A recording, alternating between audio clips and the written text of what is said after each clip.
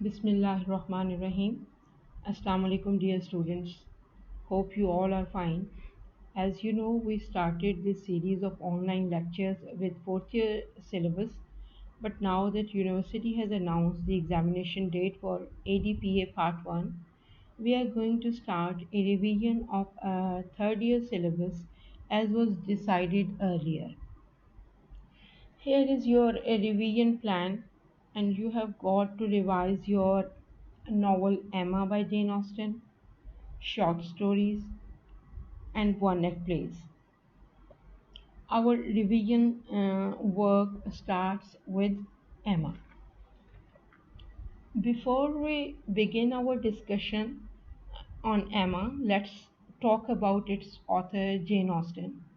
She was born in 1775 in Hampshire. She was one of eight children of a clergyman, and she grew up in a close knit family. Her lifelong friend was her elder sister, Cassandra. Her father encouraged love of learning in his children. Two of her brothers became clergymen like their father, and two others joined navy. She herself never married. As far as education is concerned, formal education institutes were not so common in those days. She attended a school or two for some short span and mostly received home education. Jane Austen, along with her siblings, benefited from her father's library. Her family was on visiting terms with the gentry of Hampshire, which supplied her with the parties and outings on which many scenes in her novels are based. It is known that she was writing before she was 12 years old. However, her first attempts to get published were unsuccessful. She got her first work published when she was 35. She died in 1817 at the age of 42. In general, human nature was Jane Austen's subject matter, and as a novelist. Once, when her niece was attempting to write a novel, Jane Austen wrote to her, and you can see that sentence on your screen. Three or four families in a country village is the very thing to work on, and this is exactly what she herself practices. We find her quite focused on a limited canvas. Here you can see a list of her novels along with their dates of publication. Sense and Sensibility was published in 1811. Pride and Prejudice, her most famed novel, was published in 1813. Mansfield Park in 1814. Emma, the novel under discussion, was published in 1815, and then two of her novels were published after her death in 1818. She died in 1817. These two novels were Persuasion and Northanger Abbey.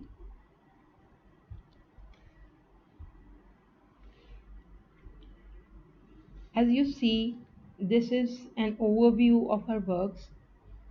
Her female characters are very strong, and her books grant the reader a glance into the everyday lives of women in the 19th century. Our novel Emma has been named after its heroine. She depicts her female characters very aptly, but even in doing so, she stays limited and portrays only what she knows firsthand. Now, if we have to describe each of her novels in one sentence only, here they are. Sense and Sensibility is about balancing emotions and thought. Pride and Prejudice is about judging others too quickly. Emma is about growing into adulthood or passing through a phase of transition and becoming a mature person. Persuasion is about second chances. Northanger Abbey is a coming of age tale, and Mansfield Park is about morality. Here is a list of main characters that we are going to meet in this novel. Our main character, Emma Woodhouse, is listed at the top. Miss Emma Woodhouse is a smart, beautiful, rich gentlewoman as described by the novelist in the very opening paragraph of the novel. Because she is naturally assertive and headstrong, she is accustomed to getting her way and giving other people advice in strong terms. The second character is that of Mr. Knightley. George Knightley is a gentleman and a long-time family friend of the Woodhouse family. Mr. Knightley has the perfect manners of a gentleman.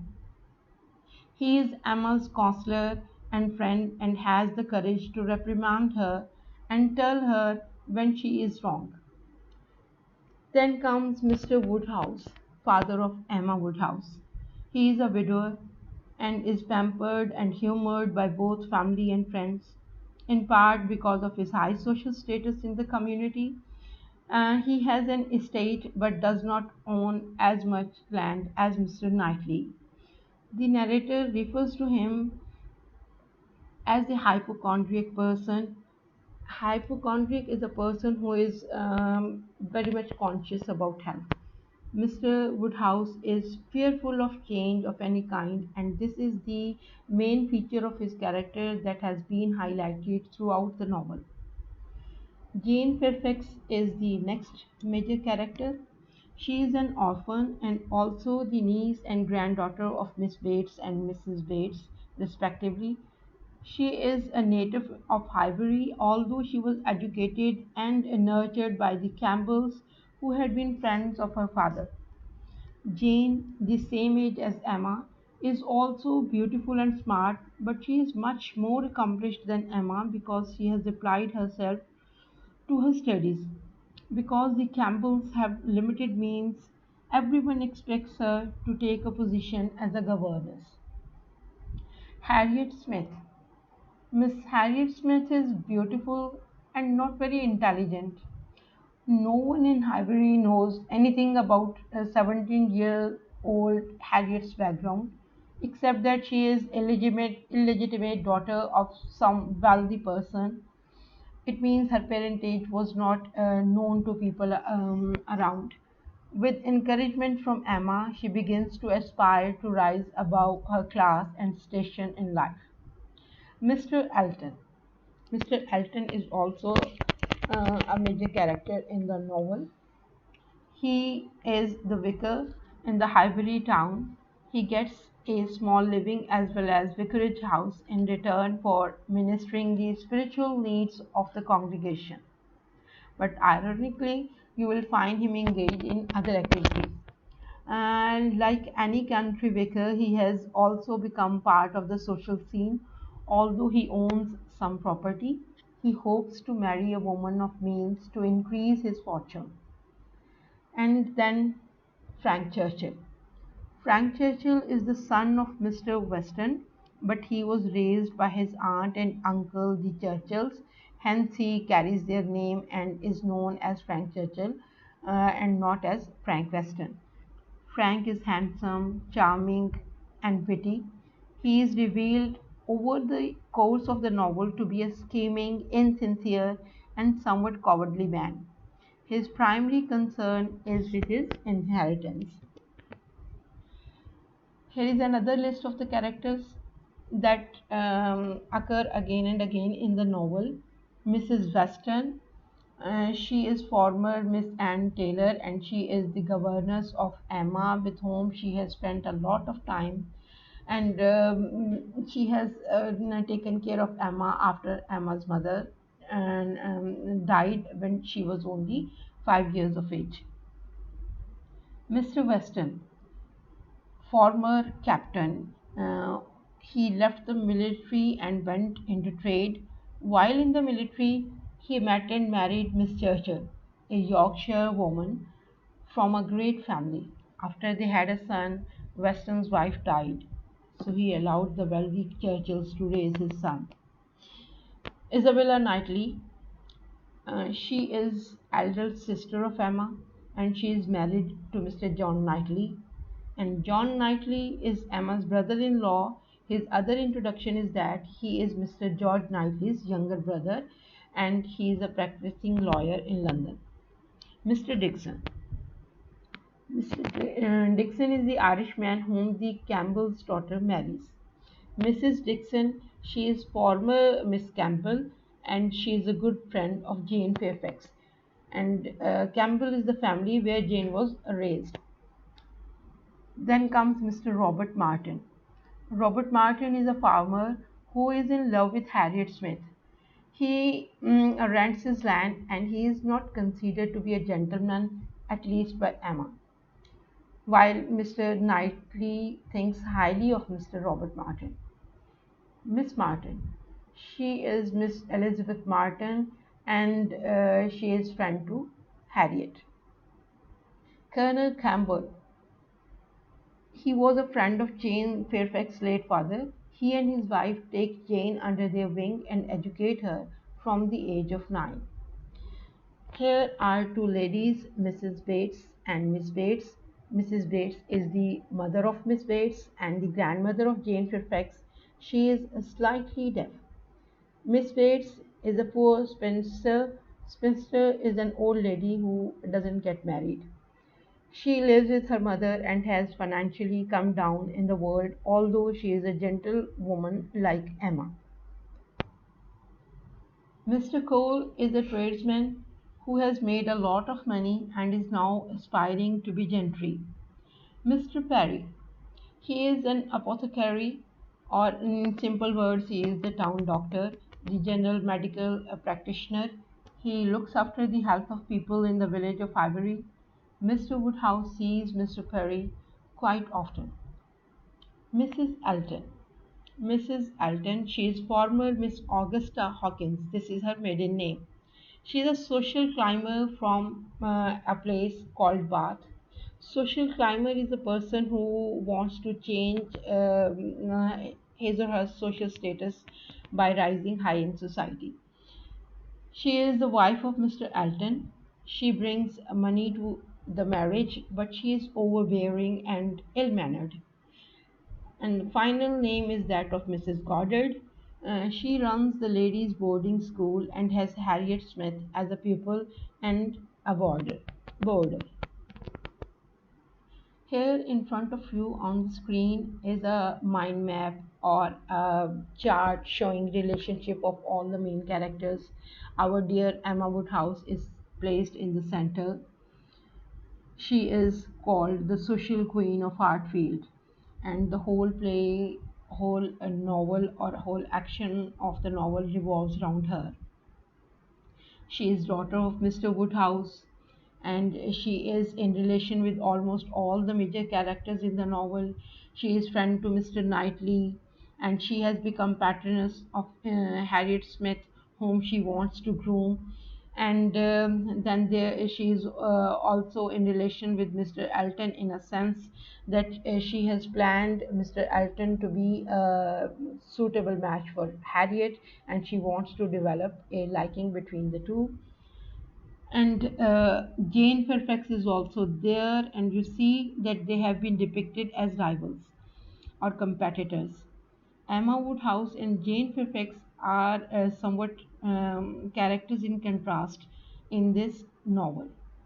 Then there is Frank Churchill, who has a relation both with Emma and Jane Fairfax. He is a fake or pretended suitor to Emma, and he is in a secret relationship with Jane Fairfax. And he develops a relationship with Emma just to build up a cover for his real relation with Jane Fairfax. Here is the plot summary.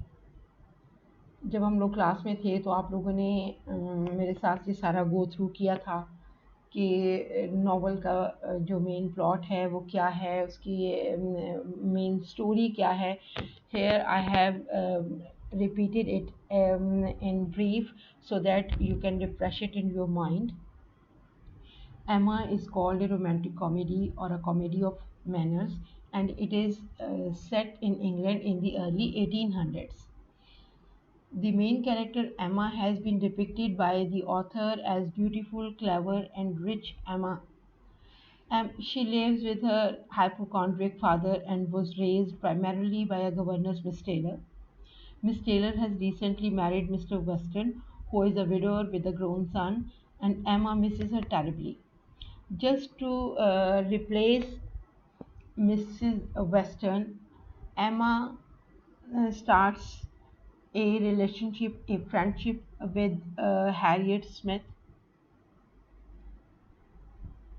and she patronizes her and she wants to groom her. The other key person in Emma's life is Mr. Knightley. He is an English gentleman and he's a close family friend. They both are Woodhouse family and Knightley family. They are landed gentry. Mr. Uh, Emma's sister Isabella is married to Mr. Knightley's younger brother John in her effort to fill the gap that has occurred after Miss Weston's marriage. She starts or develop a friendship with Harriet Smith and she wants to improve her new friend's social standing. Harriet is being courted by a young, respectable farmer, Mr. Robert Martin, but Emma thinks Harriet can marry up. Therefore, Emma begins interfering, first by convincing Harriet to turn down a proposal of marriage from Martin, and then introducing her to the young, handsome vicar of the town, Mr. Walton. Mr. Alton, Mr. Knightley is angry when he finds out, as he is a friend to Mr. Martin and he thinks match is a good one. Soon a misunderstanding develops in which Mr. Alton thinks he is courting Emma and Emma thinks he is courting Harriet. When Alton proposes to Emma, she is shocked. She explains that she thought he was in love with Harriet. In fact, Alton wants to raise his own social standing and he was hoping to marry an heiress. After the party company, Mr. Elton leaves town and Emma is somewhat chastised by the fiasco and she decides to never attempt matchmaking again. When Mr. Elton leaves, Frank Churchill comes to town. Although Frank is the son of Weston and his late wife, he was raised by his maternal uncle Churchill and his wife. Mrs.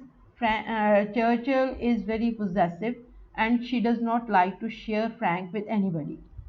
Frank has come to visit his father because he is secretly engaged to Jane Fairfax, and at that point, no one knows this secret of Frank Churchill. Jane Fairfax is the niece of a local spinster, Miss Bates. Jane has recently come home to spend time with her family before going to work as a governess. Frank keeps the engagement a secret because he knows his aunt will never allow him to marry a poor girl. Mr. and Mrs. Weston, they bring Frank to Hartfield. They have their own plans. They want Frank to become a close friend to Emma.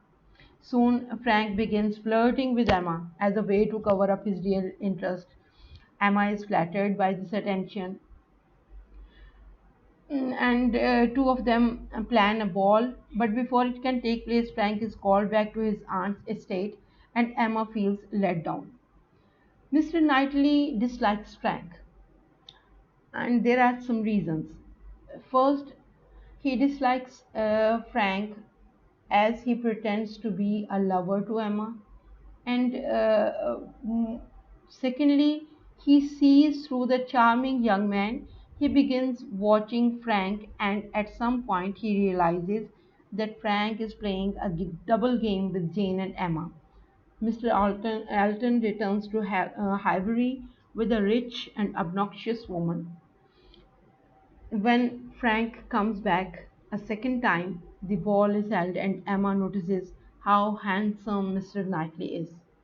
At one point during the ball, Harriet needs a partner, and Elton refuses point blank. At that time, Mr. Knightley steps in to dance with Harriet and he saves her from humiliation. Emma then admits to Mr. Knightley how wrong she had been to try to match Harriet with Mr. Elton. Not long after the ball, Frank helps Harriet escape from a band of gypsy children demanding money. And at this point, Harriet reveals to Emma that she is finally over Mr. Elton and now she is in love with someone else above her rank. Emma encourages her while telling her to be cautious. Emma knows she is not in love with Frank, and now she realizes that he doesn't care for her. So why not pair him with her friend?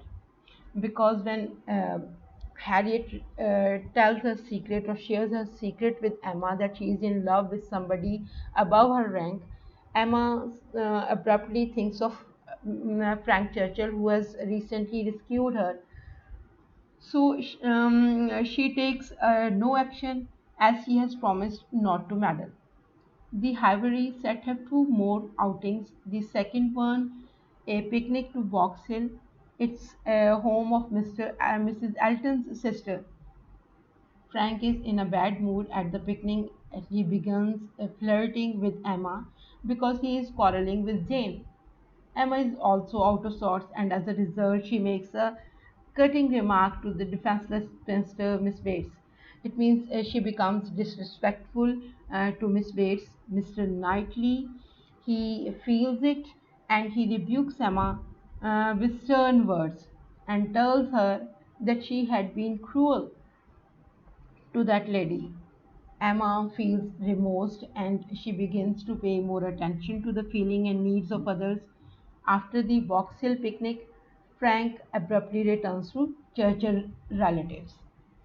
Soon after that, Emma and other people at Highbury learn that Frank's aunt, Mrs. Churchill, has died, and after that, the next big news that reaches the ear of Highbury people is the news of Frank and Jane's engagement. Frank's uncle has agreed to the marriage. Mrs. Weston now speaks apologetically to Emma, but Emma explains that she had no feeling for Frank. In the meantime, Emma is feeling terrible remorse about misleading Harriet for a second time in affairs of her heart. Harriet, however, confesses it is Mr. Knightley, not Frank, that she loves. This is the shock of Emma's life. She suddenly realizes that Mr. Knightley must marry no one but herself. She has always been first in receiving attentions from Knightley, and this thought is unbearable for her that he may turn his attention to somebody else.